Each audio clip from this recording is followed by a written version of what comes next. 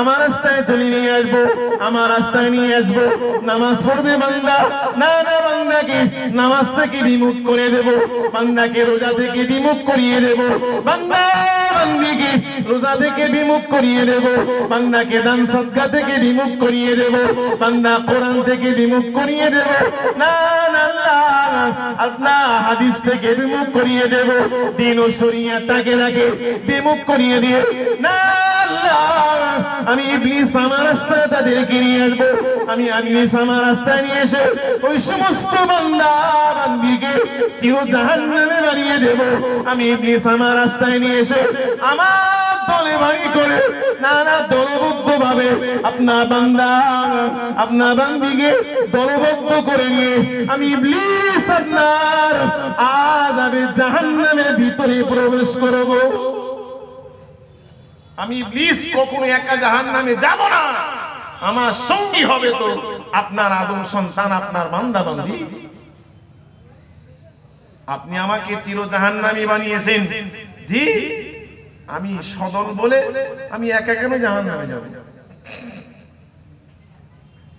আল্লাহ পাক রব্বুল আলামিন বললেন, যা যা ওই ইবলিস তুই যা, আমি আল্লাহ পাক রব্বুল আলামিন তুমি আমার কাছে দাবি করেছো, তুমি আমার কাছে দাবি করেছো, না ইবলিস তুমি আমার কাছে দাবি করেছো তোমাকে কিয়ামত পর্যন্ত হায়াত বাড়িয়ে দেওয়ার জন্য, আমি আল্লাহ পাক তোমাকে কিয়ামত পর্যন্ত হায়াত বাড়িয়ে দিয়েছি। বান্দা তুমি আমার কাছে দাবি করেছো আদম সন্তানের মতো সন্তান আমাকেও দান করতে হবে, যা ইবলিস আমি আল্লাহ পাক ইবলিস তোর দাবিটাও মেনে নিয়েছি, তুমি আমার কাছে দাবি করেছো না আল্লাহ আমাকে নাও জামান্দা বান্দি শিরা উপশিরার ভিতরে ঢুকবার মতো পাওয়ার আমাকে দিতে হবে, আমি আল্লাহ পাক তোমার এই দাবিটাও মেনে নিয়েছি। না বান্দা ও ইবলিস তুমি চলে যাও, তুমি আমার কাছে যে সমস্ত দাবি দাওয়াগুলো রেখেছো আমি আল্লাহ পাক তোমার সমস্ত দাবি দাওয়াগুলো আমি আল্লাহ মেনে নিলাম। তোমাকে কিয়ামত পর্যন্ত হায়াত বাড়িয়ে দেওয়া হলো, তোমাকে আদম সন্তানের মতো সন্তান দেওয়া হলো, তোমাকে মানুষের শিরা উপশিরার ভিতরে ঢুকবার মতো পাওয়ার দেওয়া হলো। ইবলিস খুব খুশি, খুব আনন্দ মনে, জি আল্লাহর দরবার থেকে চলে যাচ্ছে, জি কিছুটা দূর রাস্তা গিয়েছেন, মহান আল্লাহ ইবলিসকে ডাকলেন, ইবলিস শোন, তুমি আমার কাছ থেকে সব দাবি দাওয়াগুলো পূর্ণ করে নিয়ে চলে যাচ্ছ, লেটেস্ট শেষ বেলা তুমি আমার একটা কথা শুনে যাও। ইবলিস চলে আসলেন আল্লাহর কাছে, আল্লাহ বলুন আপনার দাবি কি, আপনি আমার কাছে কি বলতে চাইছেন? আল্লাহ পাক বললেন, ইবলিস ও ইবলিস শুনে রেখে দাও, আপনার যে আমার বান্দা বান্দি তারা যদি পাহাড় সমূহ পাপ করে, আমি আল্লাহ পাক রব্বুল আলামিন বলছি আমার কোন বান্দা আমার কোন বান্দি যদি পাহাড় সমূহ অন্যায় করে, পাহাড় সমূহ পাপ করে, বান্দা সে যদি শিরিক না করে, আমি আল্লাহ পাক রব্বুল আলামিন আমার সঙ্গে শিরিক না করে, বান্দা সে যদি আমি আল্লাহ পাক রব্বুল আলামিন আমার সঙ্গে অংশীদার স্থাপন না করে, বান্দা যদি বান্দার হক নষ্ট না করে, বান্দা যদি বান্দার হক নষ্ট না করে, বান্দা যদি পাড়া প্রতিবেশীর হক নষ্ট না করে, বান্দা যদি গুণের হক নষ্ট না করে, বান্দা যদি বান্দার হক নষ্ট না করে, বান্দা যদি পাহাড় সমূহ পাপ করে, পাহাড় সমূহ পাপ করে, আর ওই সমস্ত বান্দা ওই সমস্ত বান্দি যদি পাহাড় সমূহ গুনাহ করবার পরে, পাহাড় সমূহ অন্যায় করবার পরে, পাহাড় সমূহ ত্রুটি করবার পরে, আমার কোন বান্দা আমার কোন বান্দি যদি আমার কাছে দুটো করে ক্ষমা চাইতে থাকে, আল্লাহ অন্যায় করেছি মাফ করে দিন, ভুল করেছি মাফ করে দিন, আল্লাহ পাক অন্যায় করেছি মাফ করে দিন, ত্রুটি করেছি আল্লাহ আপনি ক্ষমা করে দিন। কোন বান্দা বান্দি যদি অনুতপ্ত গায়, কোন বান্দার অনন্তম করে যদি অনুসূচনা তৈরি করে বান্দার মনটাকে নরম করে, বান্দা যদি আমার কাছে ক্ষমা চাইতে থাকি, আমি আল্লাহ পাক ওই সমস্ত বান্দা বান্দির জীবনের পাহাড় সমূহ পাপগুলোকে আমি আল্লাহ মাফ করে দেব। আরো জোরে বলুন সুবহানাল্লাহ।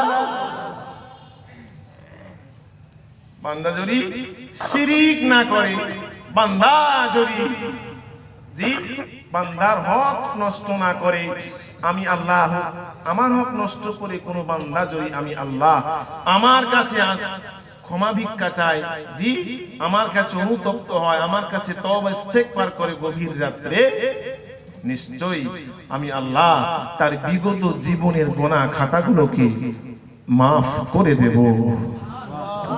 সকলে মন খুলে বলুন না সুবহানাল্লাহ। ও আল্লাহর বান্দা, আমরা অন্যায় করেছি, ভুল করেছি, আমরা পাপ করেছি। কতটা পাপ করেছি আপনি আপনারটা ভালো জানেন, আমি আমারটা ভালো বলতে পারবো না।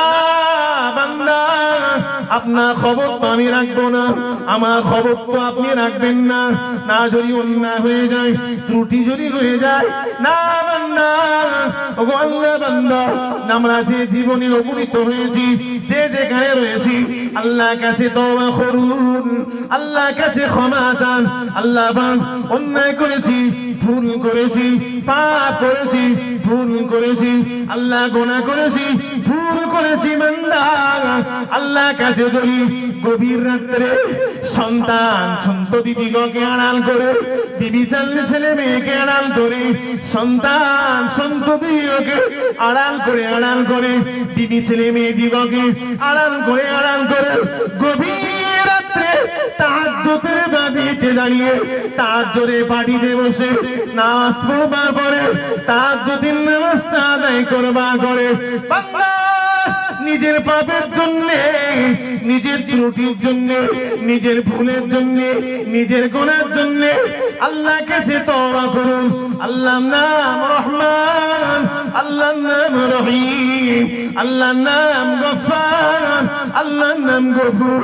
নিশ্চয় আল্লাহ আমাদের তুলনায় অধিক পরিমাণ দয়াবান। জোরে বলুন সুবহানাল্লাহ। আল্লাহ পাক অধিক পরিমাণ দয়াবান, আল্লাহ পাক অধিক পরিমাণ ক্ষমাশীল, আল্লাহ পাক অধিক পরিমাণ দয়াবান, আল্লাহ পাক অধিক পরিমাণ ক্ষমাশীল। কোন বান্দা যদি খাঁটি অন্তরে, খাঁটি নিয়তে, খাঁটি অন্তরে, খাঁটি নিয়ত নিয়ে গভীর রাত্রে যদি আল্লাহর কাছে নামাজ পড়বার পরে, আল্লাহর কাছে তওবা করবার পরে, আল্লাহর কাছে দুটো হাত তুলে ক্ষমা চাইতে থাকে, আল্লাহ পাক ওই বান্দা বান্দির গুনাহ খাতাগুলোকে আমার আল্লাহ মাফ করে দেন। জোরে বলুন সুবহানাল্লাহ, আরো জোরে বলুন সুবহানাল্লাহ। আল্লাহ সত্যি সত্যি আমরা যে পাপী গুনাহগার, আমাদের ত্রুটিগুলো যদি আল্লাহ আমাদেরকে ধরেন, আমাদের ত্রুটিগুলো অন্যায়গুলো যদি আল্লাহ সবকিছু যদি আল্লাহ ধরেন, আমরা কেউ আমরা মজলিসে রয়েছি যারা, তারা নয়, বরং আমরা সকলে উম্মতে মুসলিমা, আল্লাহ যদি আমাদের ত্রুটিগুলো খুঁটে খুঁটে ধরেন, আমরা কেউ আল্লাহ দয়ার জান্নাতে যেতে পারবো বলে কি মনে হয়? একটু কথা বলে, পারবো কি? সম্ভব নয়, সম্ভব নয়। সুতরাং ত্রুটি হয়েছে, ভুল হয়েছে, অন্যায় হয়েছে, অপরাধ হয়েছে, ক্ষমা চাইতে হবে। আপনি যদি ক্ষমা না চান, আপনি যদি আল্লাহর দিকে এক হাতে গিয়ে যান, আল্লাহ আপনার দিকে 10 হাতে গিয়ে আসবে। উদউনি ইস্তাজিব লাকুম, বান্দা তুমি আমাকে ডাকো, আমি আল্লাহ তোমার ডাকে সাড়া দেব। বলুন না সুবহানাল্লাহ। আমরা ডাকতে শিখিনি, আমরা পাবজি খেলতে শিখেছি। আমরা আল্লাহকে ডাকতে শিখিনি, আমরা ফ্রি ফায়ার খেলতে শিখেছি। আমরা আল্লাহকে, নবীকে ডাকতে শিখিনি, আমরা মদ আর জুয়া তাসের আড্ডায় মত্ত হতে বা তাতে বিঘর হয়ে থাকতে শিখেছি। আল্লাহকে চিনবো কখন? সময় নেই তো। সুতরাং নিজের পাপের জন্য, অন্যায় অপরাধের জন্য আল্লাহর কাছে ক্ষমা চাইতে হবে।